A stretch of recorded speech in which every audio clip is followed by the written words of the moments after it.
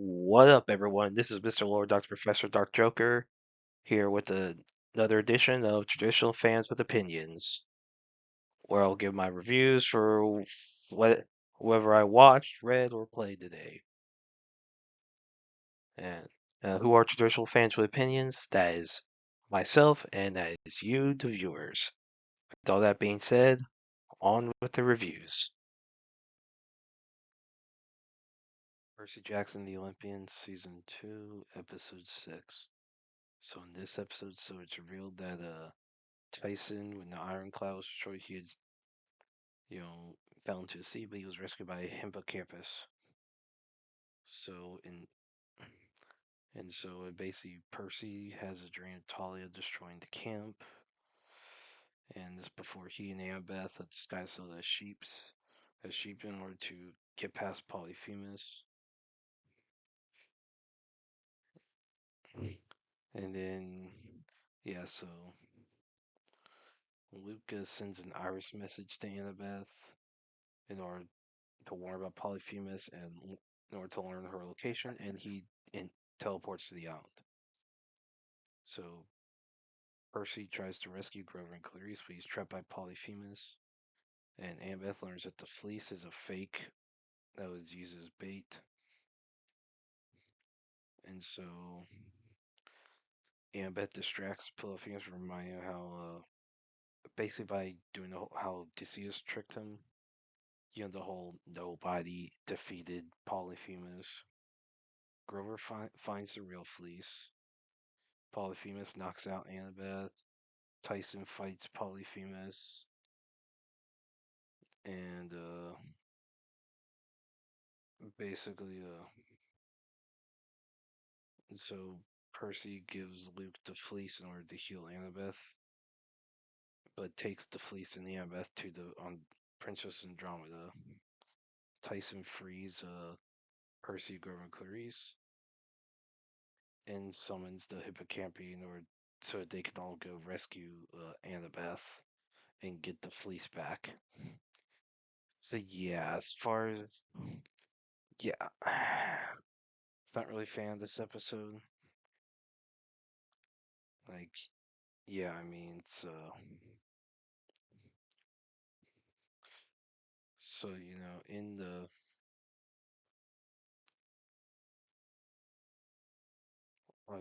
so during the whole thing, so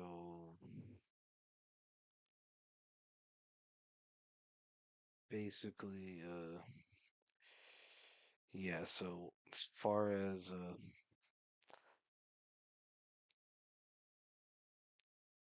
and yeah, so looks like that they may be changing things from the book, so so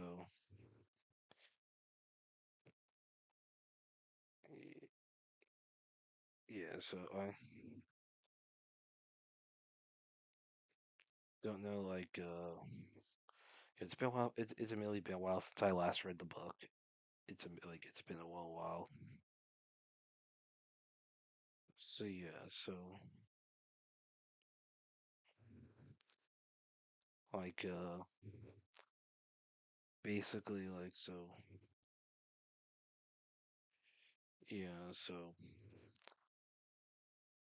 so I don't believe Luke gets the fleece in the book. I could be wrong.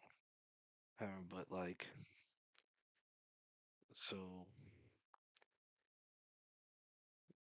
so so obviously they're so Annabeth currently is captured by Luke. Yeah, so so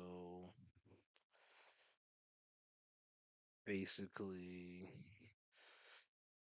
and basically in the book I think it's like everyone gets captured by Luke in the book.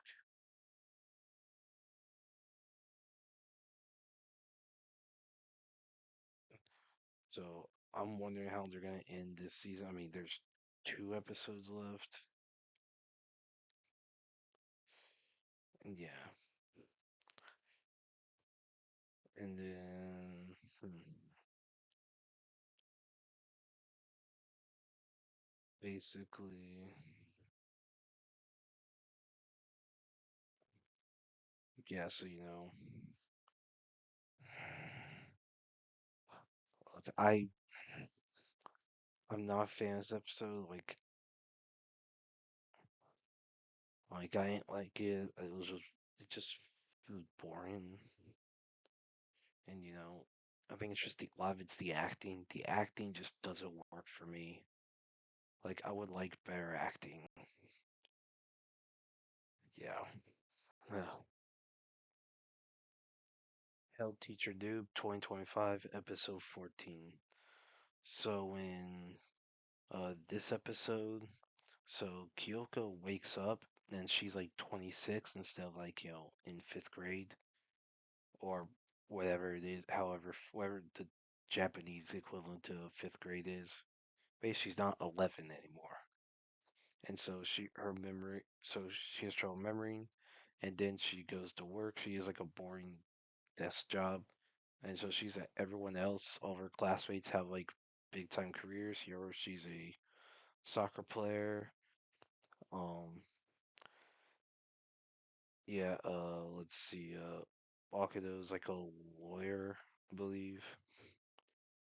Um, it was like a Noriko's a basically a model, and yeah. So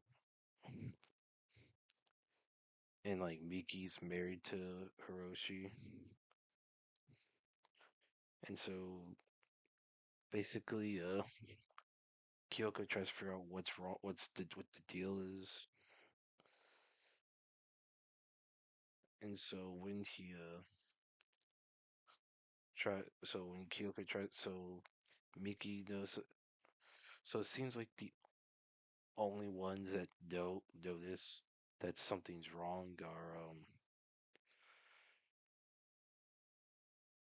like yeah, so you have like the only so Miki knows it tells Kyoko that she's not of this that she's on this world. So she notices something, and then yeah, and Tamamo seems to notice something.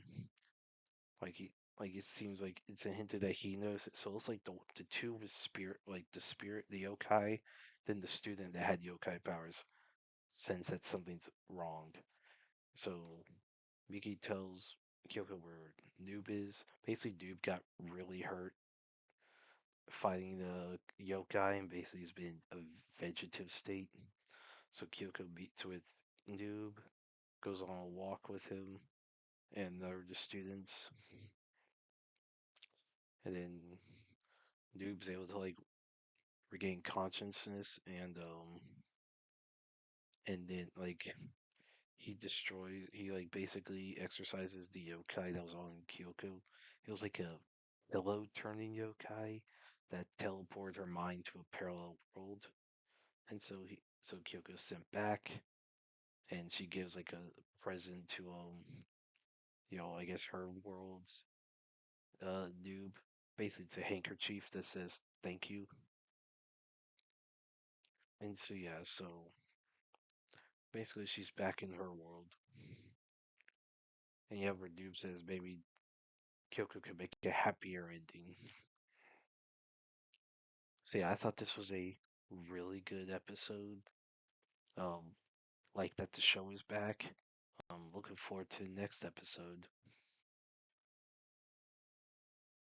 Jack of all trades, Party of None, episodes 1 and 2.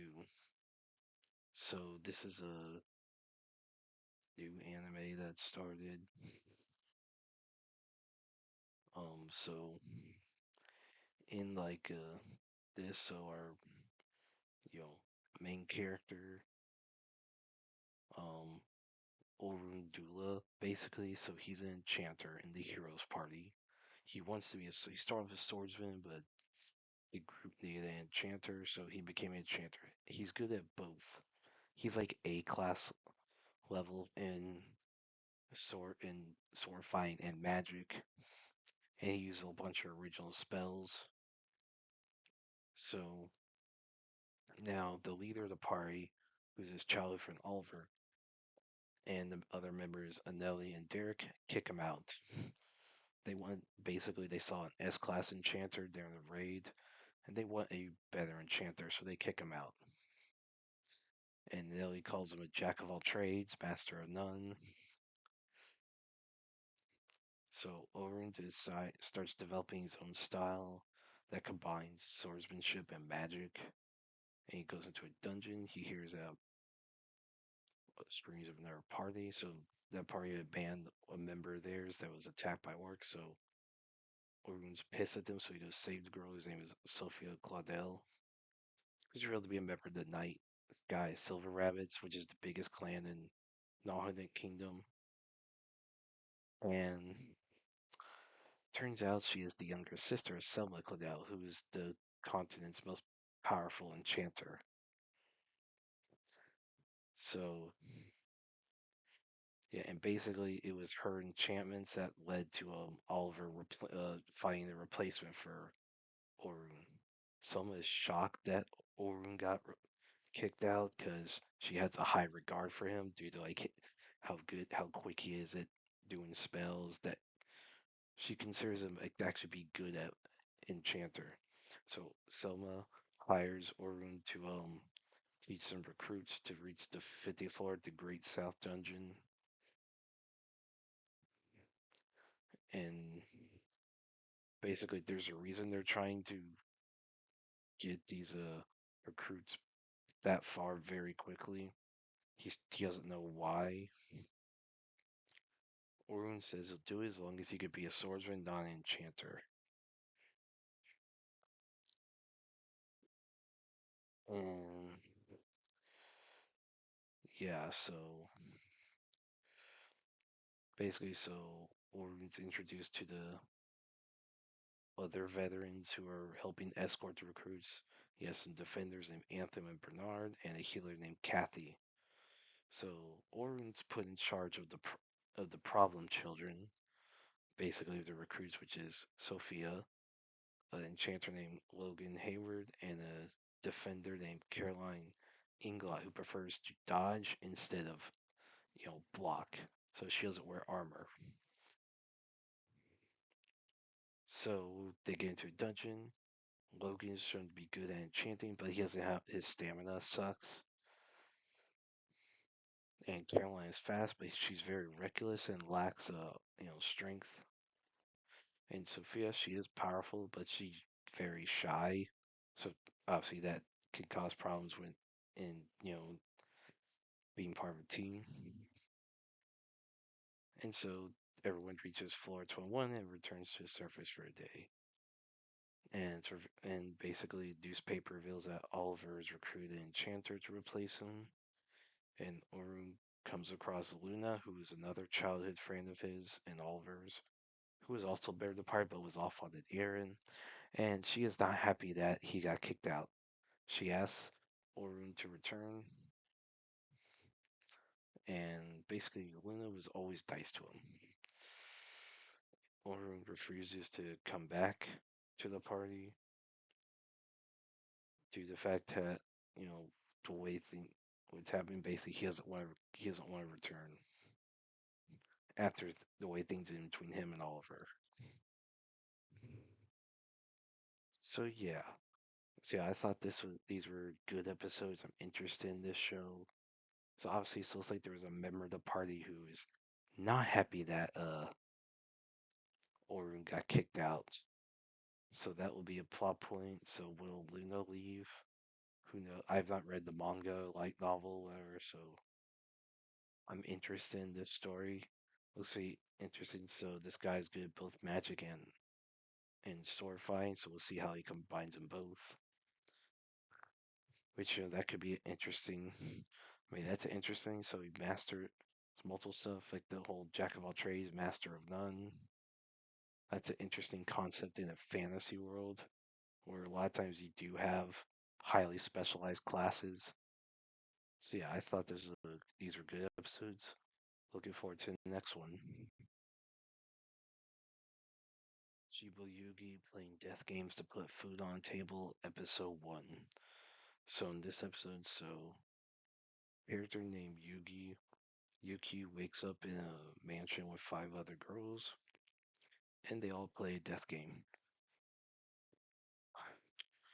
And so basically they all have their own motives for being there. Regarding like Aoi, Kokudo, they just want to make money. Kinko, Benia, they have some debts got to pay off. Momono was forced. So Yuki, this is her 28th game. Basically, she wants to get set a record of doing 99 games, like of surviving them. So due to her experience, other girls try to follow her. Kokudo dies. Aoi dies. Um. So yeah. So basically, there's one thing where they all have to lose a limb, and yeah. So basically, they get to the exit, but it only open with one more person dies. So Yuki kills Kinko, who's already pretty frail,